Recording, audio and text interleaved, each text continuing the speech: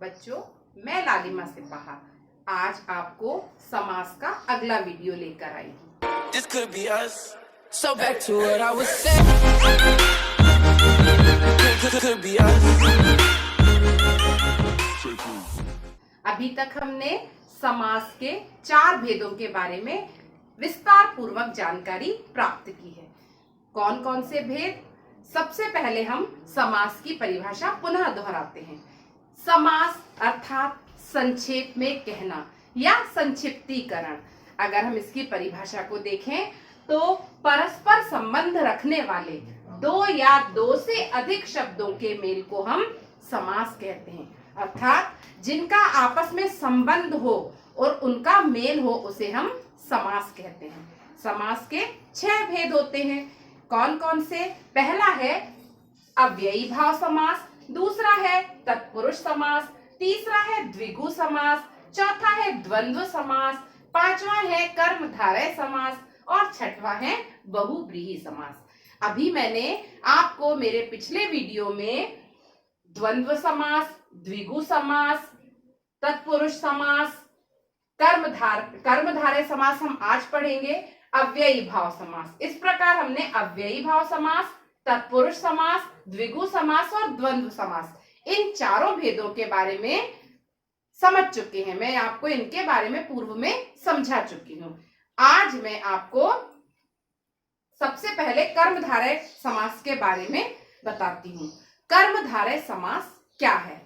तो जैसा पहले ही मैं बता चुकी हूँ कि समास में 2 पद होते हैं।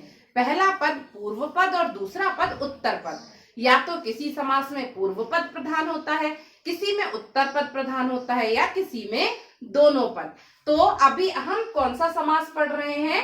कर्मधारय समास। इसमें जो दोनों पद हैं, पूर्व पद और उत्तर पद, पूर्व पद विशेषण होता है और उत्तर पद विशेष्य होता है। अब पूर्व पद विशेषण है अर्थात पूर्व पद उपमान का कार्य करता है और उत्तर पद विशेष्य या उपमेय का कार्य करता है। हम विशेषण और विशेष्य पिछली कक्षाओं में आप लोग पढ़ते चले आ रहे हैं। अभी मैं आपको एक बार और समझा देती हूँ। विशेषण किसे कहते हैं?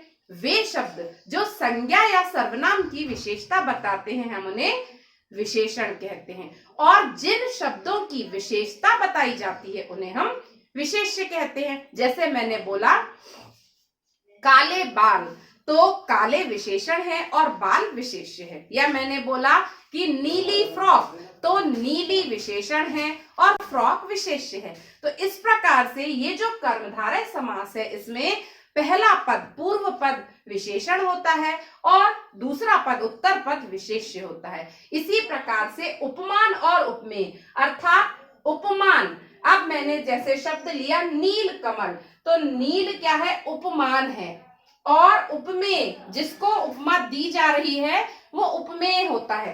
तो उपमेय कौन सा हुआ? कमल। तो इसमें अब हम देखते हैं नील कमल में प्रथम पद कौन सा हुआ? नील, और दूसरा पद क्या हुआ? कमल।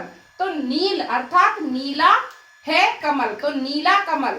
तो नीला कौन सा शब्द हुआ? विशेषण हुआ, और कमल विशेष्य हुआ। इस प्रकार से नील कमल में नीला कमल, नील क्या हुआ? विशेषण, और कमल विशेष्य। अब अगर हम इसे उपमान और उपमेय की दृष्टि से देखें तो नील उपमान है और कमल उपमेय है। इसी प्रकार से महान राजा, महान राजा, महान प्रथम पूर्व पद है और राजा उत्तर पद है। तो महान क्या हुआ? विशेषण हुआ और राजा विशेष्य हुआ, या महान उपमान हुआ और राजा उपमेय हुआ। अगला उदाहरण हम देखते हैं चंद्रमुख, तो चंद्रमा के समान मुख। अब चंद्रमा जैसा मुख है तो चंद्रमा क्या हुआ? विशेषण, और मुख को चंद्रमा की उपमा दी गई है।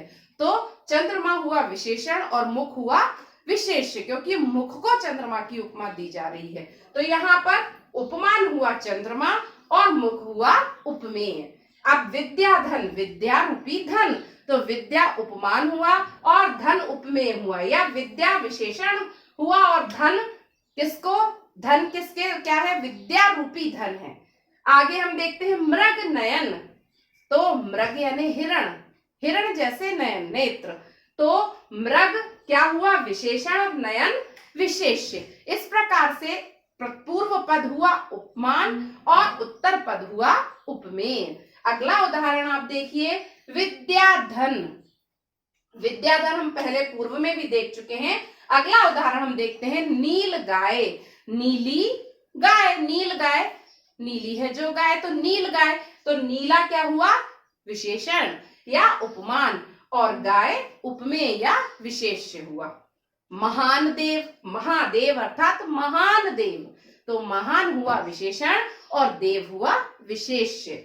चरण कमल, चरण रूपी कमल, कमल को किसकी उपमा दी गई है, चरणों को किस, चरण रूपी कमल, तो चरणों को, चरण क्या हुए विशेषण और कमल हुआ विशेष्य। अगला उदाहरण हम देखते हैं, जो पुरुषोत्तम, पुरुषों में उत्तम कौन हुआ, तो ये पुरुष विशेषण और उत्तम विशेष। पुरुषों में पुरुषोत्तम, तो पुरुषोत्तम भी क्या हुआ पुरुषों में उत्तम। अर्थात हमने जो सारे उदाहरण देखे इसमें पूर्व पद विशेषण हुआ और उत्तर पद विशेष्य, या पूर्व पद उपमान और उत्तर पद उपमेय। अर्थात ये जो कर्मधारय समास है इसमें विशेषण विशेष्य या उपमान उपमेय का संबंध पाया जाता है। पूर्व पद विशेषण हुआ और उत्तर पद विशेष्य हुआ। तो कर्मधारय समास की क्या परिभाषा हुई कि वह समास जिसमें विशेषण विशेष्य या उपमान उपमेय का संबंध पाया जाता है उसे हम कर्मधारय समास कहते हैं। कर्मधारय समास के उपरांत अब हम समझेंगे बहुव्रीहि समास। बहुव्रीहि समास क्या है आखिर? बहुव्रीहि समास वह समास होता है जिसमें कोई भी पद प्रधान नहीं होता, कोई भी पद प्रधान नहीं होता, मतलब ना तो अर्थात पहला पद भी प्रधान नहीं है और दूसरा पद भी प्रधान नहीं है, बल्कि वह अन्य पद का बोध कराता है।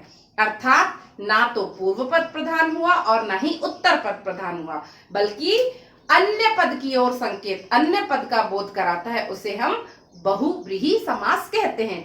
जैसे उदाहरण मैंने बोला, एक आपको उदाहरण मैंने समास विग्रह करके लिखा हुआ है, जैसे गजानन। तो गजानन जो है ये क्या है, समस्त पद है, हमने इसका विग्रह किया, समास विग्रह किया। गज के समान आनन है जिसका, अर्थात गणेश जी, गणेश। तो गज अर्थात हाथी के समान जिनका मुख है, तो कौन है वो, गणेश। तो यहाँ पर देखिए हमने समास विग्रह करा, गजानन का गज के समान आनन है जिसका, ये हमारा विग्रह हो गया। लेकिन वो किसकी ओर उन्होंने, हमने यहाँ पे इशारा किया, किस शब्द की ओर बोध कराया, गणेश जी की ओर, तो गणेश। तो यहाँ पर कौन सा पद प्रधान हुआ, अन्य पद। तो ये कौन सा हुआ, गज के समान आनन है जिसका, अर्थात गणेश, तो अन्य पद प्रधान हुआ। इसी प्रकार हम अन्य उदाहरण देखते हैं, पीतांबर, पीला है अंबर जिनका, तो कौन के किसकी तरफ इंगित करा इसमें, अर्थात कृष्ण, श्री कृष्ण की ओर। इसी प्रकार से हम देखते हैं अन्य उदाहरण, दशानन, दस है आनन जिसके, अर्थात रावण, तो अन्य पद प्रधान हुआ, अर्थात कौन सा, रावण, अन्य पद की ओर बोध कराया हमें। त्रिलोचन, तीन नेत्रों वाले, कौन, शिव जी। चारपाई, चार पैरों जिसकी चार पैर हैं, अर्थात चारपाई, तो जो चारपाई जिसमें पलंग, अर्थात चारपाई। महादेव, महान है जो देव, अर्थात शिव जी। इसी प्रकार से चतुर्भुज, तो चार हैं भुजाएं जिनकी, अगर हम इस समस्त पद का विग्रह करते हैं तो चार हैं भुजाएं जिनकी, अर्थात विष्णु जी। तो विष्णु की ओर संकेत किया, विष्णु जी की ओर, तो चतुर्भुज अर्थात विष्णु, तो कौन सा पद प्रधान हुआ, अन्य पद। इसी प्रकार से चतुर्भुज विष्णु जी को कहा गया, और चतुर्मुख किसको कहा जाता है, जिनके चार मुख हैं, ब्रह्मा जी के। तो चतुर्मुख शब्द में हमने इसका समस्त पद का विग्रह किया कि चार हैं मुख जिनके, अर्थात चतुर्मुख। तो यह कौन से पद का बोध हो रहा है, अर्थात ब्रह्मा जी।